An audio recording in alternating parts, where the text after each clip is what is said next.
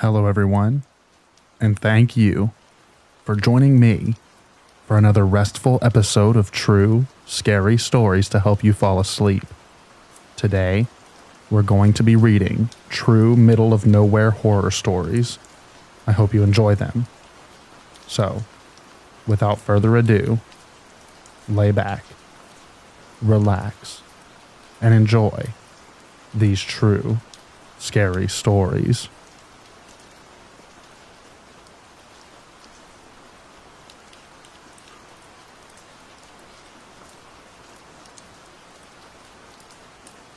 I was once driving through the Canadian Rockies late at night and had just passed through a small town.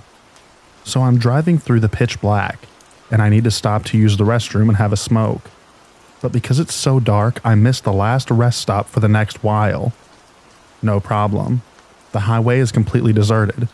So I pull to the side of the road, use the restroom while staring out into the dark, and then I light up a cigarette and stand by my car. As I'm standing there, I see the figure of a man just walking out of the tree line. I'm miles from civilization, very patchy cell phone service, and there isn't a soul on the road. I thought my eyes were playing tricks on me, and maybe it was a deer. But no, this was a man. So I calmly walk back to the driver's door and I get in, locking the doors behind me. I'm keeping my eye on this guy as I nervously smoke and have my car in drive, ready to peel out. But for some reason, I just stayed put. The guy walks up to my passenger side door and knocks on the window. I crack the window and I ask what's up. He replies to me in a very serious tone. "I need you to call the cops." I cautiously ask why, and he tells me that he had gone out into the woods to unalive himself, but he couldn't go through with it because he had thought of his daughters right before he was about to do it. I call the cops while the guy cries silently outside. He had a kitchen knife that he was going to use on himself, so I stayed in the car and advised him to maybe leave the knife on the ground before the cops arrived. The cops came and got him, but before they left with him, I gave him a solid heart-to-heart and wished him well. I still think about him. I hope that he was able to turn things around.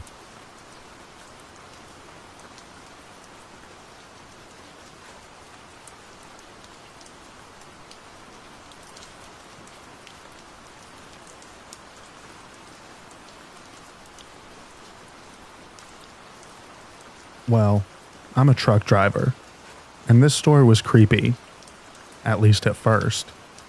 I pull into a Purdue plant, drop my empty trailer and go park where they allow bobtails to set, right next to a little nice pond. My pickup was in 12 hours, so I did my PTI and lay down in the bunk. At about 3 a.m. I hear something tapping on my passenger side door. I get up, look out the window expecting to see someone, maybe a driver asking for a lumper check, but no one's there. All right, maybe I'm hearing things. So I go back to lay down. As soon as my head hits the pillow, I hear the tapping again, except this time it's on my driver's side. Same thing as before. I jump up and look out my window, but nothing's there. I double lock my doors just in case and open my side hatches so I can hear what's going on outside. After about 15 minutes, I hear a very light splat, splat, splat going along the driver's side of the truck. I slowly get up, planning to look out my window at the exact moment whoever it is knocks on my door, and then I hear a thud coming from the roof of the cab. I stop, grab my tire thumper off its hook, and ready myself for whatever the heck is going on. Then a goose falls off the top of my truck and lands on my hood. It stands up, waddles back and forth, and looks at me. As we make eye contact, the tapping at my door starts again. I say screw it and throw open the driver's side door, and there's another goose waddling away with all the speed that it can manage, honking like a 5-year-old who just found a horn on his new bike. The pond that I parked next to had a ton of them just messing around. Needless to say, it was hard to sleep that night because every couple of minutes, the geese would peck at my door or land on the cab and waddle around.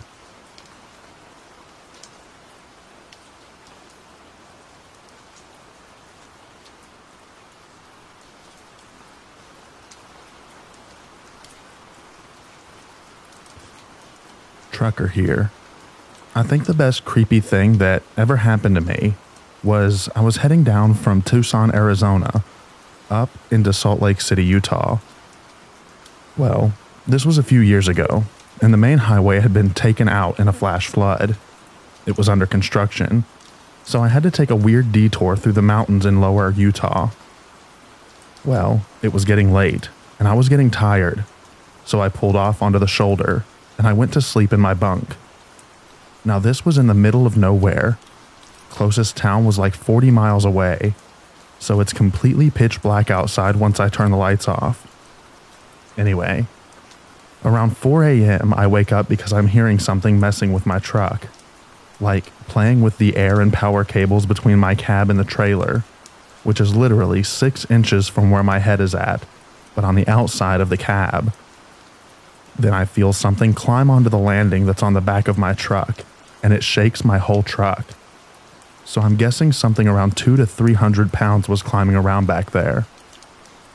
I'm thinking like a mountain lion or a bear. At this point, I'm wide awake, and I want to get this thing away from me. So I slam my hand into the cab wall, trying to scare whatever is out there. Slam. Hard enough to really make it loud. I then hear someone, a male, scream bloody murder, and I hear them fall off the back of my truck. I then hear about 15 other people all around my truck yelling. I climb up front, turn on my lights, and illuminate a squad of Army reserves doing their midnight ruck march and capture drills. Turns out, these guys were supposed to find an abandoned truck and secure it for their midnight drills. That truck was 3 miles back down the road. They were not expecting me to be sleeping there, and thought that I was part of the drill. I'm ex-military, so after explaining that I was not part of their test and legit was just there out of coincidence, we laughed it off. They had to radio their CO and tell him that I was there and to not have the other squads bother me.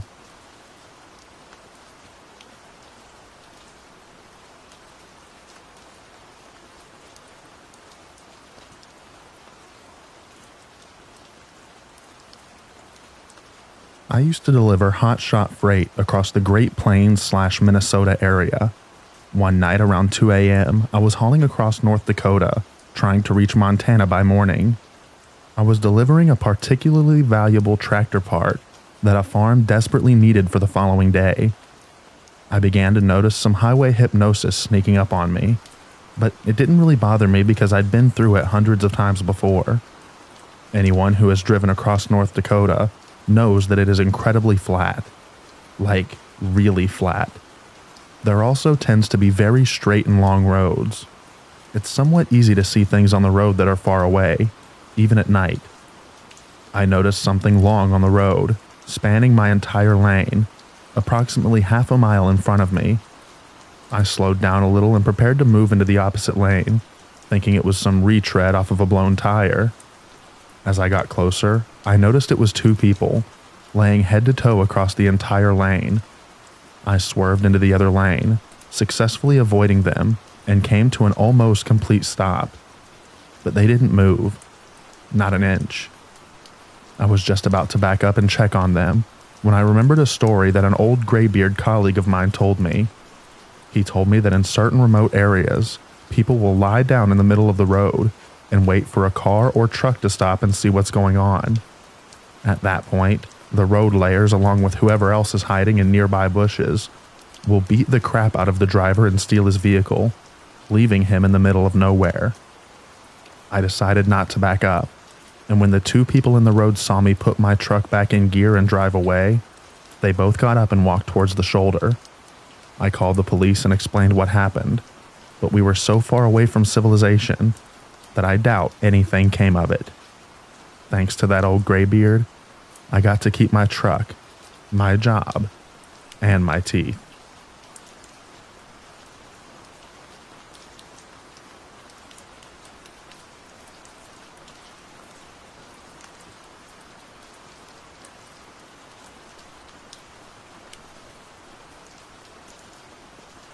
I parked off of an exit ramp at about 3 a.m. for my 10-hour break. The moon was full and high, and I spotted an unmistakably human figure in a nearby cut cornfield. A little spooky, but I just wrote it off as an old-timer putting up a scarecrow for the grandkids. I started watching a few YouTube videos before turning in, and out of the corner of my vision I thought I saw movement. I shut my lights off to get a good look. I saw the figure, but nothing else. I couldn't be sure, but it looked like maybe it was in a different spot. Maybe a little closer even. I was definitely feeling a little spooked. The highway was devoid of anyone besides a car passing every 10 minutes or so. I didn't want to, but I had to jump out to pee. I considered a bottle, but I told myself that I was being childish. I took a look at the figure, and it was right where I figured it should be. I hop out, walk between my truck and trailer, and start leaking. Every fiber of my being wanted to look. I told myself again that I was being foolish, but I couldn't help it. I looked out. The field was empty. The figure wasn't there. My stomach dropped. I pinched it off and jumped back in. I took off down the highway. Didn't give one crap about a violation. I stopped 40 minutes up the road at a well-lit and very full Love's. I haven't stopped on a ramp since.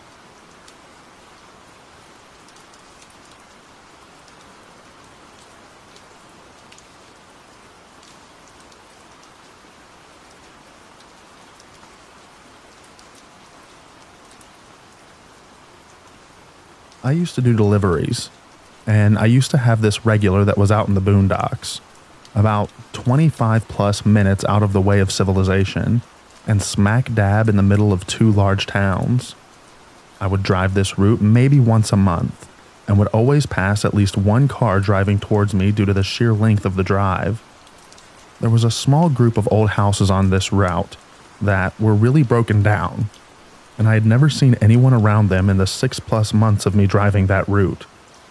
I always assumed that they were vacant because they didn't even look livable. Well, I was driving out to this customer one fall afternoon. I had been driving for a very long time without seeing a single car drive towards me. Finally drive past the abandoned houses, and there's one old lady in her front yard pushing an old manual grass cutter, but she stops in her tracks as I drive towards her. I took it as a sign I was speeding or something and slow down. I take a quick glance in my rearview mirror after passing by, and she was staring straight at me. She dropped the grass cutter and turned 180 degrees to do this. It was just very odd and definitely set off my spidey sense. I never saw her again or anyone else on that route by those houses in the 10 months that I drove it.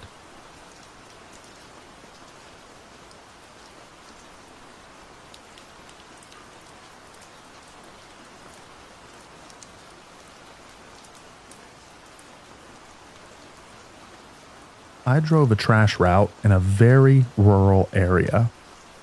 We were at a stop loading trash when a pickup stopped behind us. A petite woman in scrubs that was covered in blood got out and asked directions to Lake Jack Nolan. She said there was a deer that had been hit by a truck and she had been sent to remove the remains.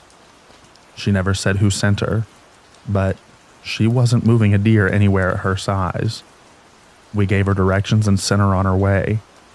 We all said we wondered if she was going to dump a body or something. She was already covered in blood, in a nice truck, and was supposed to be on her way to move roadkill that was far too heavy for her to handle. Then, we just went back to work.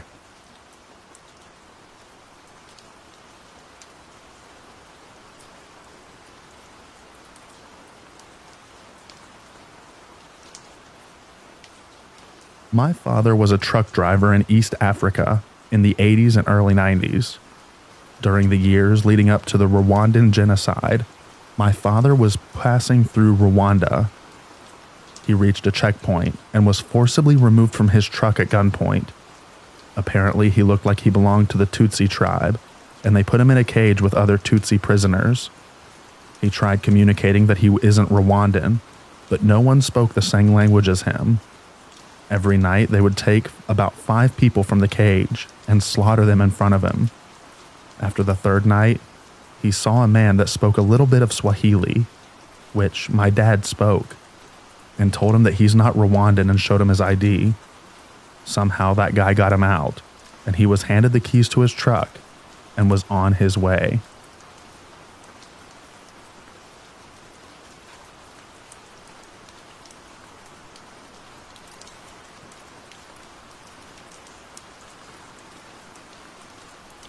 My dad drove a truck between Edinburgh and London and tells this story often. He was driving down the motorway and looked to his right, saw a woman with a Miss Trunchbull bun, as he describes it, staring at him with a terrified expression from a car next to him. Before he really knows how to react, the car pulls off at the next exit, and my dad, although shaken, carries on. About half an hour later, a different car with a different driver pulls alongside my dad, with the same woman in the passenger seat, with the same expression on her face. My dad thinks, screw this, and plans to pull into the next services to report, as even if it's nothing, / a misunderstanding. Better to be safe than sorry, right? Anyway, the car disappears before he can get any details, like the license plate or etc., and he thinks that there's no point in calling the police with no details, so he carries on driving. Literally about 4 hours later, almost in London, yet another car pulls alongside him with the same woman, same Miss Trunchbull hair, same terrified expression, except this time, she appears to be screaming at my dad through the window. So my dad pulls over into a lay-by and calls the police. Apparently, they have received 3 other calls about the same woman/car in the same area in the last few minutes. It is unfortunately anticlimactic, as he never heard anything more. But he didn't see her again, and although he kept an eye on the news, he didn't see anything about it. Hopefully, it's just a gigantic coincidence. But who knows?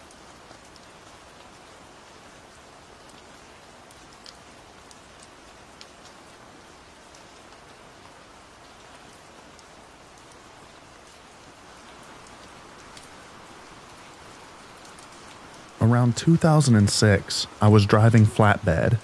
I picked up a load of construction material, drywall, roofing. I don't remember, but it was prepackaged in boxes, and I remember having to use strap protectors on the load in rural Tennessee.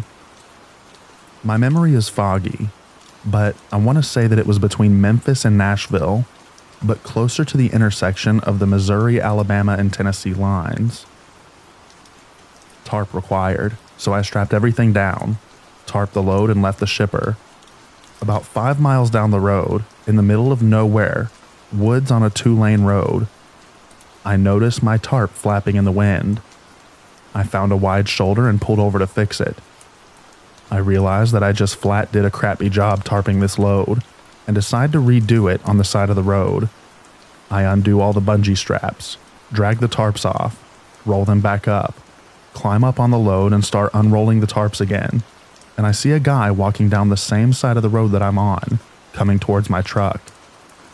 I don't know anything about it other than to keep an eye on him because I'm in the middle of nowhere, so I continue what I'm doing. About the time that I have the tarps set in place and I'm climbing down to start hooking the bungee straps back on, this dude is getting close enough that I'm now paying more attention to him than I am to tarping my load. I grab my winch bar and set it on the trailer where I'm working just in case. It's an 8-pound solid metal bar about 4 feet long tapered to a blunt point on one end, and a hollow on the other, just for tightening straps and chains, etc. The guy gets to me, and the first thing that I notice is his hair. It's like a mullet, but really patchy. Like he tried to cut his own hair and had a seizure in the process, and said screw it, good enough to party. The next thing I noticed were his eyes, which I can only describe as off. Like, they were clear. I didn't think that he was drunk or high or anything, but it also gave me the distinct impression that the elevator didn't go up all the way. Clothes were dirty and not well maintained, with dirty white tennis shoes, because I remember that he didn't have laces on one shoe, and the tongue was noticeably out of place. He stops by me, waits until I acknowledge him and just says, "I've got a long walk." I'm like, "Yeah, man, you do. We're in the middle of nowhere," making it clear that there's no ride to be had here. He nods, starts walking by me to continue on his way, stops at about the driver door on my truck and turns around, comes back to me and repeats himself. "I've got a long walk." At this point, I explain that I can't give him a ride, insurance and all that, apologize for not being able to help him out, and he seems to accept this, turns around and leaves. I wait for him to get a little ways up from my truck and start working on finishing the tarp job. I still keep an eye on him, and he's moving away from me. As I'm putting on the last of the bungee straps, I look over to check where he's at, and he's turned around now heading back towards me, now about 100 yards in front of my truck and coming back my way. It looks like he's talking on a cell phone, has his hand up to his face, and I can barely make out his mouth moving, his other hand waving like he's having a conversation with someone. I finish with the straps, grab my winch bar, and am climbing into my truck as he's about 10 yards away now. Soon as I'm in the cab, I lock the doors and set the winch bar on the passenger seat just in case. I look at the guy and realize that he's not talking on the phone, but he's talking to his hand. And now I'm nervous, because he doesn't look like he's having a nice pleasant chat. It looks more like an angry conversation. I crank the truck up and put it in gear and just pull off. I didn't look for traffic or anything. As I pass him, he's just looking at me, still holding his hand to his face with his dead look on his face just staring at me. It gave me the creeps. About the time that I hit the 5th or 6th gear, I look in the mirror, and there's no one there.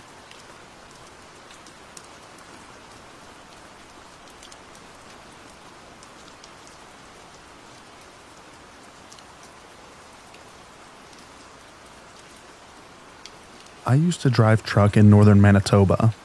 There's a road in the northeast that you can drive for several hours and see very few vehicles. This road is quite flat and straight in stretches. Of course, this is deep in the bush. One day I saw something cross the road in the distance. Very large, easily past the hood on my truck, but not long like a moose or an elk, just tall. It disappeared into the bush, and as I drove by the spot, the hair on the back of my neck stood up. I heard days later a tow truck driver describing on the radio his encounter with a similar creature. Only, he was much more clear that he had spotted Bigfoot. This guy went to some length to explain that he didn't want people thinking he was crazy, but he was sure of what he saw. I asked an Aboriginal client of mine in a nearby community, and he said that the elders spoke of them as commonly the same way as they spoke of other animals. I don't know what I saw that day, but I'm certain that it wasn't a bear, moose, deer, or elk. I just don't know what the heck it was.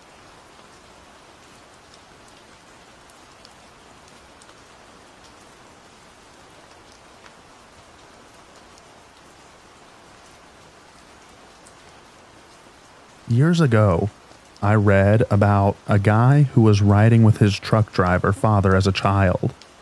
They were in the middle of nowhere, and they were coming up on a person laying in the road with no one else around. No cars, nothing. His dad blew the horn. They didn't move. He blew it again as he got closer. They didn't move.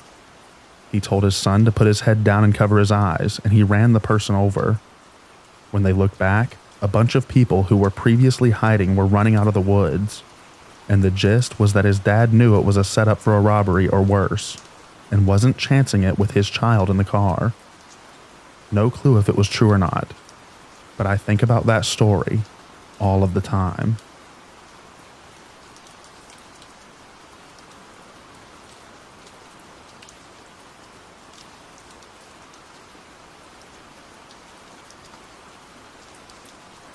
My great-uncle drove trucks. Living in the middle of nowhere, sometimes people would leave trash on the road. And since he had a big truck, he'd just smash into said boxes or paper and continue on. One day, he was coming up on a cardboard box and just had the urge to swerve and miss this one.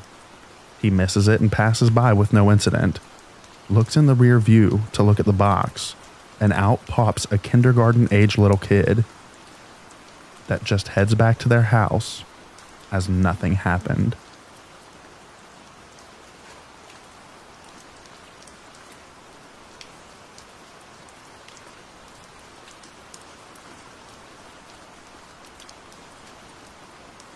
I used to work as a field technician in the oil industry, so I spent a lot of time driving through remote areas of Canada at odd hours. One very strange and eerie experience sticks with me. I was in either northeast British Columbia or northwest Alberta. I can't remember the exact location, but I was driving late at night when I noticed a very large black shape on the road in front of me. Thinking it was a moose, I stepped on the brakes, coming to a stop only a few feet from it. Despite being so close and having my headlights shining directly on it, I still couldn't tell what I was looking at. It was vaguely the shape of a four-legged animal, but very big, probably about 6 feet tall. Aside from that, it was completely featureless. I couldn't make out any details whatsoever. No shine from its eyes, nothing. And then I noticed there were more of them in the ditch on both sides of the road. 5 or 6, or maybe more. All the same as the black shape in the road in front of me. None of them were moving. They don't look like physical objects or living things. More like just large patches of absolute darkness. After I got over my initial shock, dread started to set in, and I drove around the thing on the road and sped off. I don't really believe that this was a paranormal experience. I had been driving for 8+ hours through the middle of the night, and I was exhausted. Most likely, it was a hallucination caused by lack of sleep and spending too long staring straight ahead into the dark. But it was still a very unsettling experience.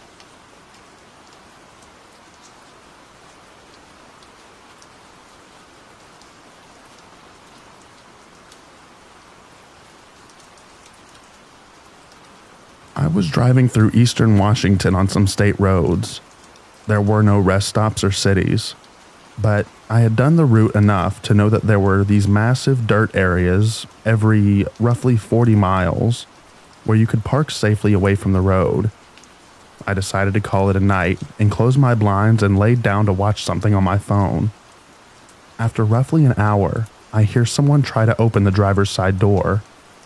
I haven't heard any vehicles on the road the whole time I'm parked, but I get up to peek out the curtains. As I'm looking out into the blackness of the driver's side window, I hear them try the passenger side door. I peek down from the top of the curtain, but can't see anything, so I start the truck and kick on the lights. I'm fairly freaked out at this point, so I'm still not opening the curtains but peeking through the gaps. Nothing. Nobody is standing near either of my doors or parked within sightline. I take a deep breath and close the sleeper curtains too, because for some reason that's going to make things better, right? After laying back down and convincing myself that something blew against the truck and it only sounded like the doors, it was fairly windy outside and a lot of flat ground, I hear the sounds of someone trying to pry open the vents on the sleeper. The door handles start clicking again, and the truck starts shifting like someone is climbing on it. I hit the little alarm button in the sleeper, hoping to spook them off, but it does nothing but add to the noise of the door handles. Fingers tapping on the windows and chassis, the hiss of air coming out of the suspension. Then suddenly it stops. A few moments where I can only hear myself breathing, and my heart pounding before I hear another truck approach and then drive by. I spent the next few hours waiting for whatever it was to come back, but it never did. In the morning, I couldn't find any footprints or damage to my truck, but on every window were tiny human-looking handprints, like a toddler had licked their hand and stuck it to my window, over and over.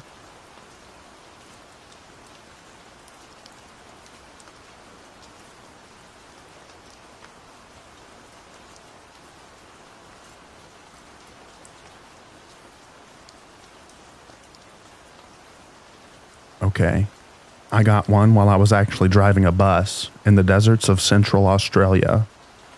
I was over 500 kilometers from the nearest town, so yeah, middle of nowhere stuff.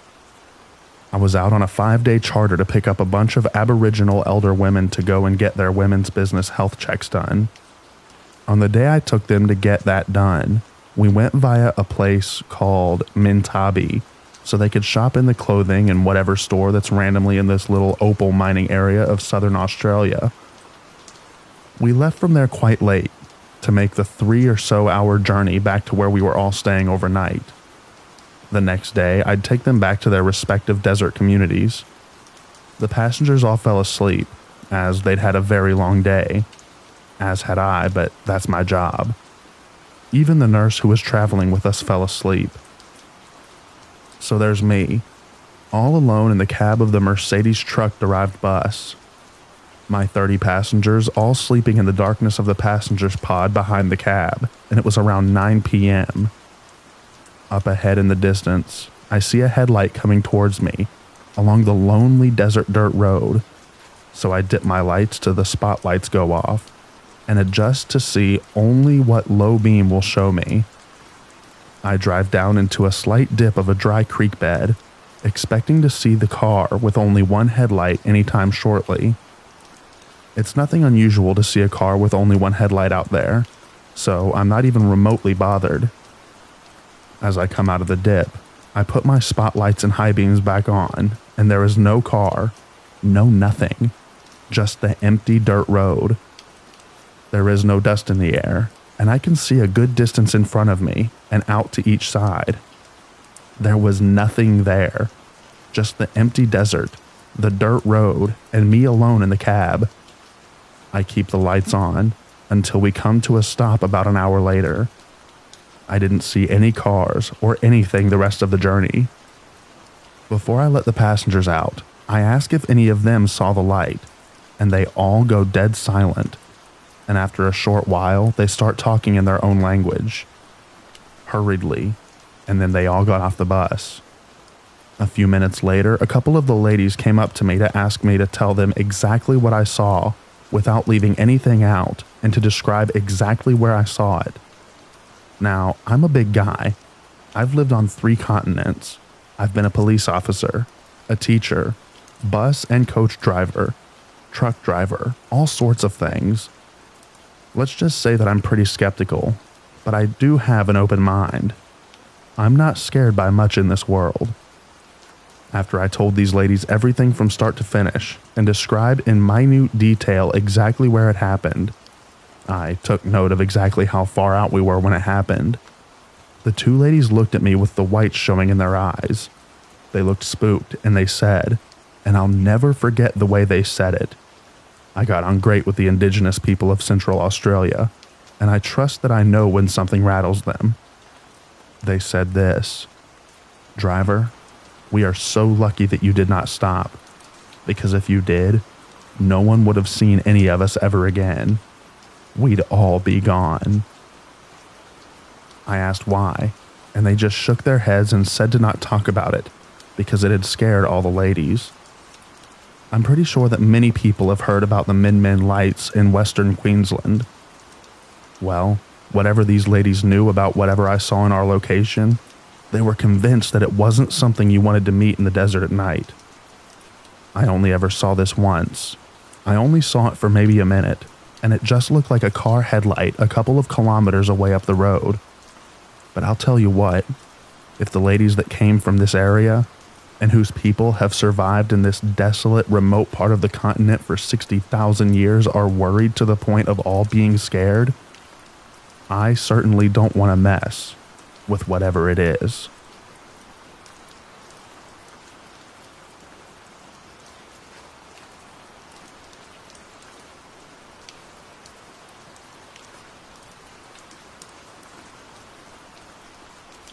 When I was in high school, my friends and I used to go near graveyards at night and tell scary stories.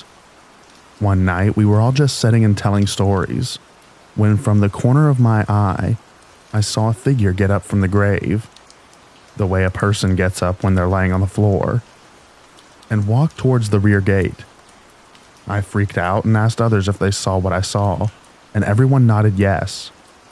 We ran for our lives, and one of our friends got so scared that he had a fever for 3 days. A few weeks later, we found out that this guy was real, and he used to sleep with his deceased wife's grave. I never had such confusing emotions that came after learning this. Even after knowing, I still had that scary feeling, and I was sad for the guy.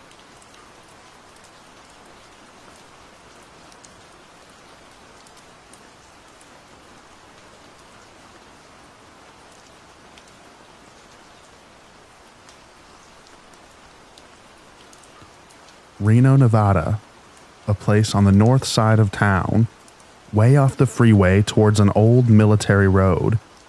I got there early at like 1 a.m. They didn't open until 6 a.m. The facility was closed, so there was no one around, and I just pulled into the lot and parked off to the side. So I went to sleep and was woken shortly after to someone knocking on the door/window, firmly, to the point where the truck shook. I jump out of bed, thinking that they are already there and want to offload me early. I get to the door and no one is there, so I step down thinking that they're behind the trailer, looking at the door seal or something like that. No one around. I look under the truck and around. Absolutely no one. No wind or bad weather. Not another person around. I jump in the truck and pull out of there as fast as I could and went and parked in a nearby truck stop. I still can't explain it. I mean, I guess I can justify I could have imagined the sound, but the truck shaking was definitely real. So, I don't know what it was.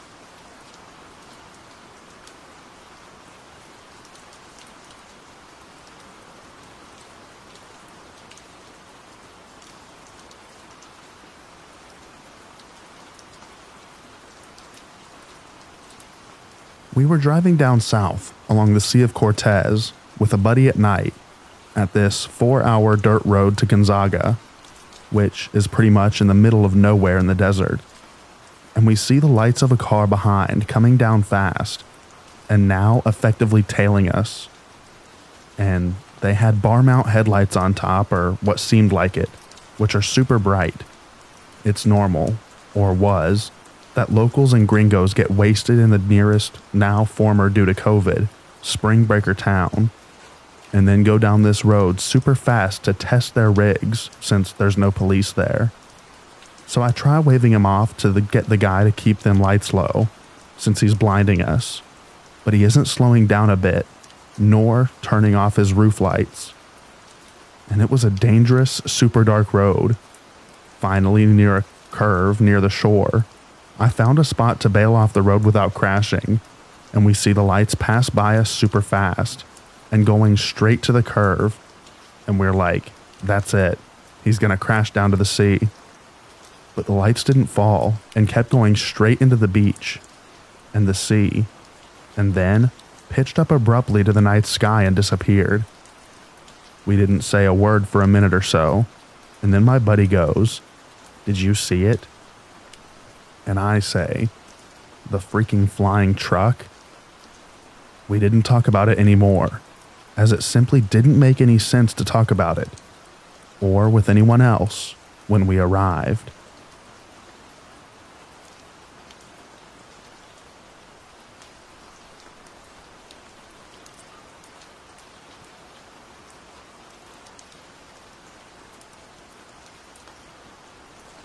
My family, as well as a couple of uncles and my oldest cousin, went on a trip from Mexico City to Acapulco when I was barely a year old.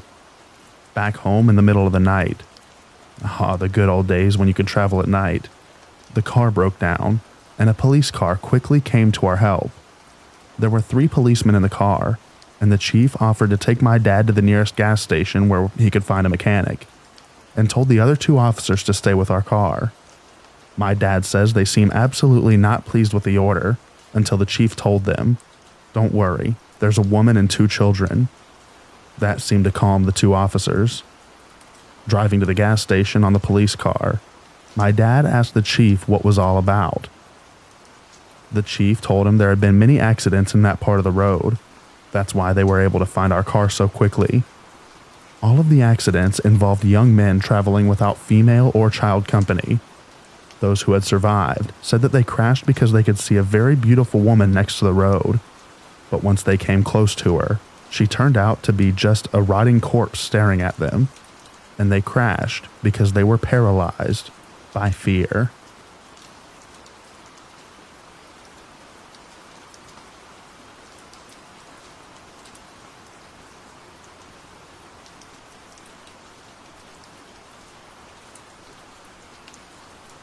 I was working the overnight shift from Friday night into Saturday morning at a gas station. At about 6 a.m., a semi pulls into the fuel aisle. The driver gets out and almost runs into the store, clearly shaken. His face is completely white, and he is obviously upset. My first thought was the poor man had hit someone on the road. We get lots of drunks walking across a 4-lane highway in front of the store, so I ask what's wrong. He looks at me for a second and is like, "I'm not crazy." Now I'm thinking, great, I'm here all alone and this guy is losing it. I say, of course not. I just saw something huge on the side of the road. Like a deer or bear? We had a bear get in the dumpster last week.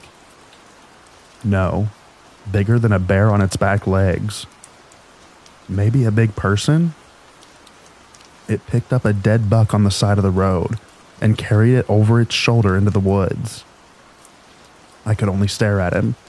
My brain cannot deal with this information this late in a shift. A local comes up to the counter to get his usual, and the guy tells him the story, and the local says, that's just the Bigfoot that lives near the county line. The truck driver and I are both looking at this guy like he has two heads. He has to be joking. The trucker pays for his fuel at record speed and leaves never to be seen again. The local still insists it's Bigfoot. I just don't get in the woods because I don't know.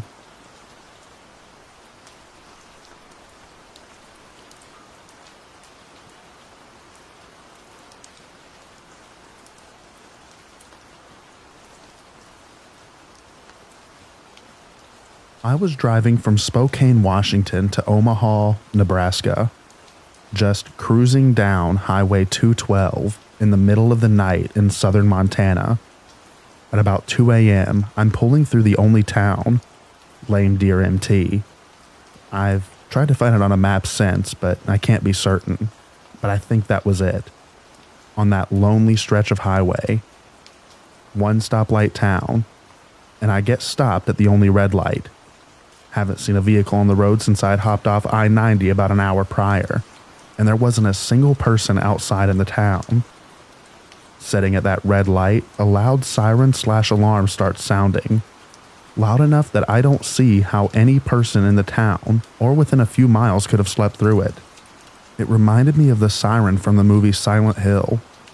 I gunned it through the red light and away from that town as fast as my little 4-cylinder Malibu would go.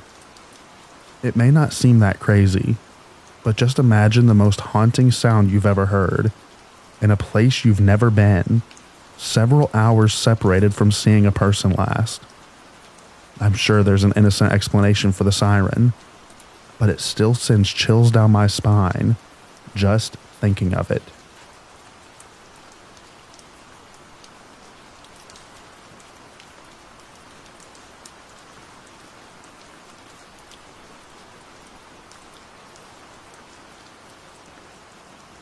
I'm not a trucker, but I had a college teammate from Miami tell a story that he swears on to this day. He and his girlfriend were making the drive to Naples late at night, on a 2-lane road through the Everglades, and he had been in a line of cars behind an 18-wheeler for multiple miles. She fell asleep, and he was surfing for something to listen to on the radio. Only one station came in clearly enough to be tolerable, so he gave it a listen. The DJ came on and said something along the lines of, "The stars are extra bright in the Everglades tonight. If you're driving through there, pull off and take a look." He said he normally wouldn't even think about it, but for some reason felt compelled to that night. He woke up his girlfriend. She was annoyed and didn't want to, but he convinced her that it would be worth it. They stopped and just looked at the stars for 5 to 10 minutes. He said it was the most amazing sky he's ever seen. They get back on the road and drive another few minutes and come across a massive accident. The truck they were following had jackknifed and took out a handful of vehicles they were following. He said there were multiple fatalities, but I've never been able to find a story about it to confirm. Probably would have been in 2005-ish. They most likely would have been involved, if not for that random DJ on the only radio station to come in that night.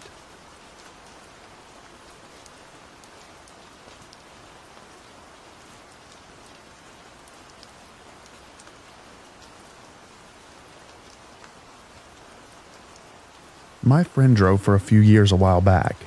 He told me that he was driving a rig very late at night in Utah, driving on a lesser used 2-lane highway. He said he remembers feeling very alert that night.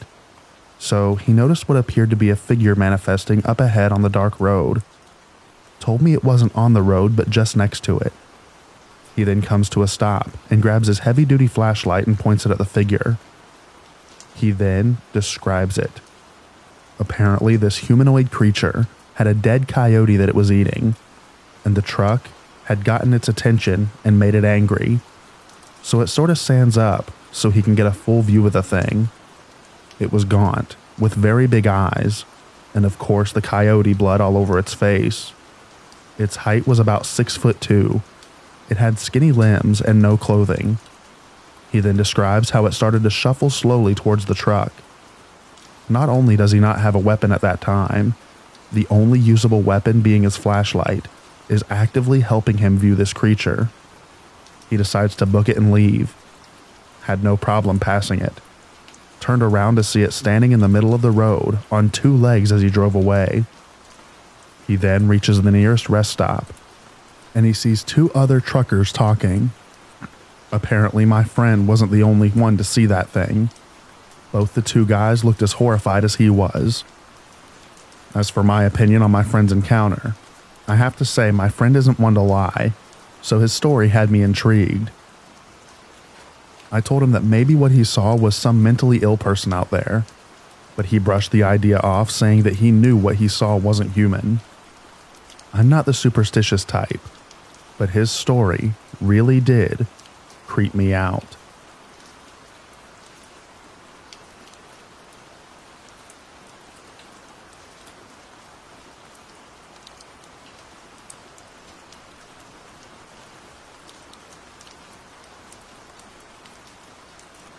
I worked at the Nevada nuclear test site, decommissioning old buildings.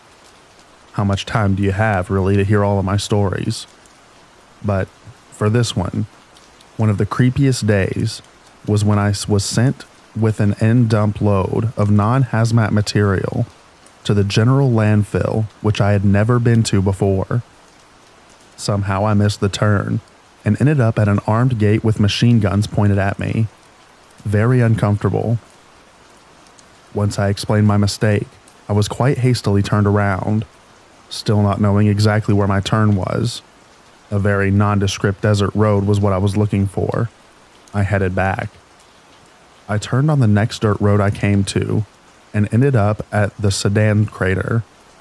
Went and smoked a cigarette on the observation deck all by my lonesome. My hands were still shaking from the run-in with the armed guards. Another was when I was delivering a hazmat load to Area 25. They had begun using robots to guard the area. They were still in beta testing, and someone may have just been messing with me, but the thing perceived my truck as a threat and blocked my ability to move. I went inside the building, and 15 minutes later, it had moved on.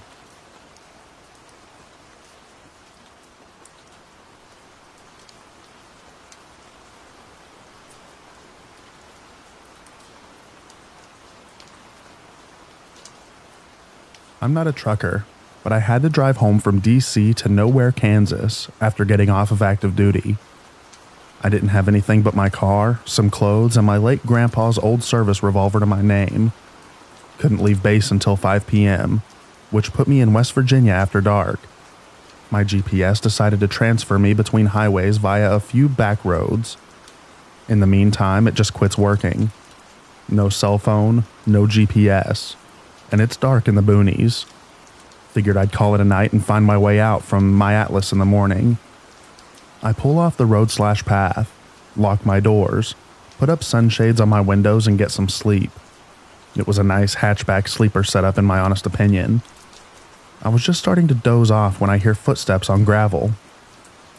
I perk up, and it's definitely something on 2 legs, and it's definitely getting closer. So I fumble to get my sidearm without looking, while trying to peek through the shade to see anything. Black. I can't see a thing.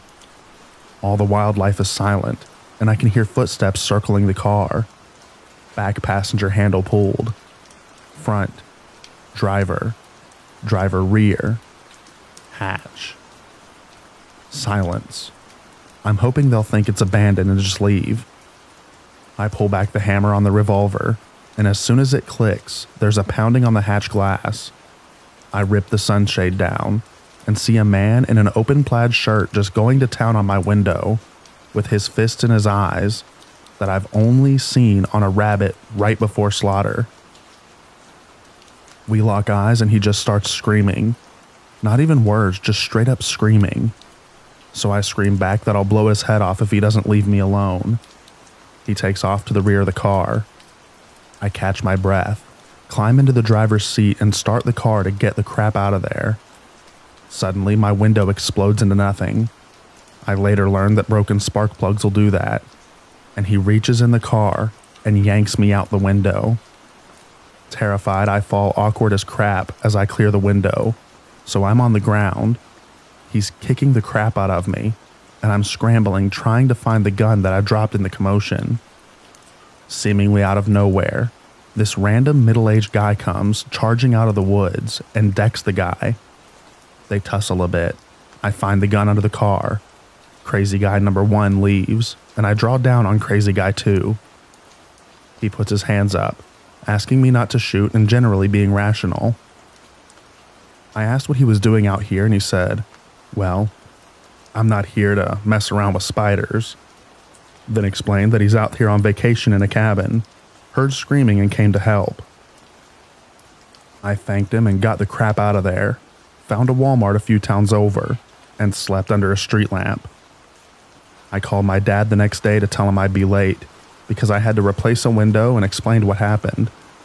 When he heard the spider thing, he laughed and made a joke about how his dad always said that because he had a bunch of Australian pilot buddies. Apparently, it means like, what the heck does it look like I'm doing? Now, my grandpa died before I was born, and I'd actually never seen a photo of him aside from a service photo when he was about 20. So I get home and go to put grandpa's gun back in dad's lockbox. I almost crapped my pants when I see a photo inside of my dad with the dude that saved me, down to the clothes. I flip it over, and it's got my dad and grandpa's names on it, and 1990 was dated. So I asked my dad when the picture was, and he says it's special because that was taken the morning of grandpa's accident. I'm not saying that I believe in ghosts, but it's a really messed up coincidence that the guy who saved me from a tweaker is a dead ringer for the guy whose gun that I was trying to grab to protect me.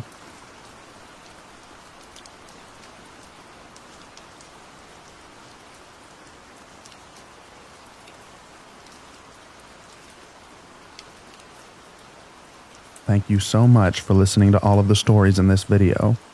I hope you enjoyed them. I also hope that you enjoy the extra rain at the end. Have a good night, everyone, and I'll read to you in the next video. Bye-bye now.